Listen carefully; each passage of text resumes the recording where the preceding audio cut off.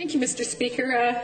Mr. Speaker, it gives me a great deal of pleasure to rise to speak to Bill 203, the Alberta Get Outdoors Weekend Act. And I have to say at this point in the debate in second reading, I'm not sure exactly how I feel about this particular bill. And so I'm going to be listening to the government and listen to what they have to say about this bill. I want to get on the record where I like what the member has explained in his preamble about the significant health and lifestyle benefits associated with active living and outdoor activity. I don't know how anyone can possibly argue about that. He talks about the recognition of the importance of outdoor recreation will have a lasting effect on the health and well-being of the people of Alberta. Well, it's another statement that no one can argue with, and I'm sure everyone can agree with. He goes on to the government's commitment to the mental. Have a bit of a problem with that, as I think the government has not done a very good job when we talk about individual and dealing with mental health, and so that's a little questionable. Physical and environmental benefits of outdoor recreation, and would like to encourage Albertans to get outdoors throughout the designation of a special weekend each year. You know, I've gotten to know the honourable member from Calgary Lougheed over the years, and there's no one can question his enthusiasm, if I can use that word, to make sure everybody's healthy. We've had many discussions in the past in regards to exercise and the many hours that we commit to this job, and I even find at times that as someone who I think is pretty physically fit, exercise to me sometimes doesn't come very easy, especially when you're sitting in the legislature for hours on end. And the last thing I want to do is, when I get home, is to start lifting weights, because, you know, quite frankly, Mr. Speaker, I'm too tired to even think about lifting the weights, let alone putting them into action. We have a gym in the legislature, and I honestly can't remember the last time I was in the gym. But I do walk to work every day, because that is physical exercise, and it's about the only exercise that I've managed to squeeze in a very busy day, other than walking from the annex into the legislature. I guess back and forth on several occasions.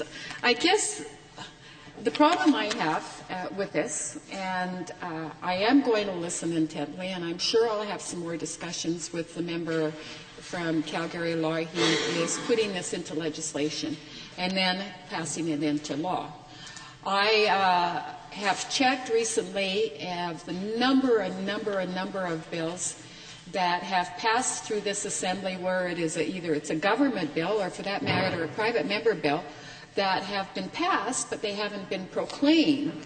So I know the member had a bill last year in the session on tax credits, if I remember, and the last I checked, that bill had not been proclaimed, along with numerous bills in regards to many issues. Personally, my own, the mandatory reporting of child pornography is one of them. So now we have a piece of legislation that wants to proclaim a weekend, the second weekend in April, which is just passed, each year, and it's going to be known as the Alberta Get Outdoors Weekend. Admirable, obviously.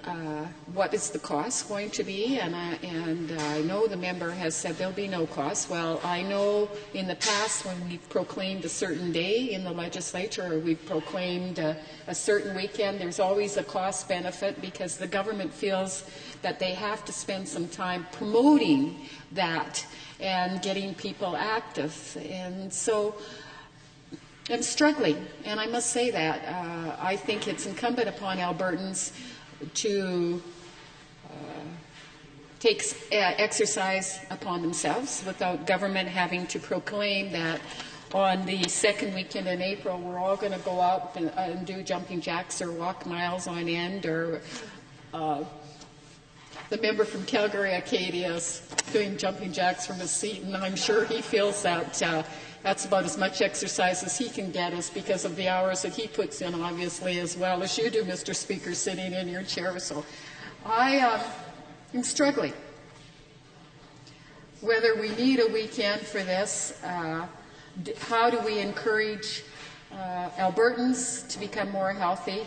The health budget is huge, and they talk about one of their priorities, and unfortunately I don't have my budget in front of me, of making Albertans more physically fit, more mentally fit, getting them more active and more responsible for their own health.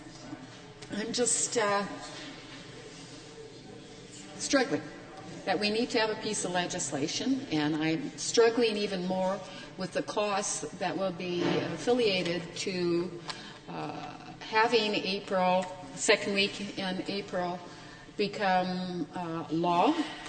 I have this visualization of all of a sudden we're spending millions of dollars and we're going to have all sorts of things happening across the province where we're all going to be starting to maybe do jumping jacks all at the same time, and they're doing all sorts of different things. So, Mr. Speaker, I'm going to be brief. I'm going to listen to the debate. I think private member bills, quite frankly, are a wonderful resource for private members in this Assembly to be able to bring forward what they think is important. I can tell you from the constituents of Calgary Fish Creek, I haven't had one call, email, or letter on this. Now I'm sure I will after stating that because I know the member from Calgary Lougheed has come out and said he has support. My role is to represent the people that have elected me, and I will continue to do that. It has served me well, as they have served me in providing me with the information and the priorities that they think are important to them. I can tell you over the last several months, their priorities have been health and education. Number 3 bounces around a bit. So can I encompass this under the health? I'm not so sure. But I will listen, and I'm pleased to be able to speak on this particular piece of legislation.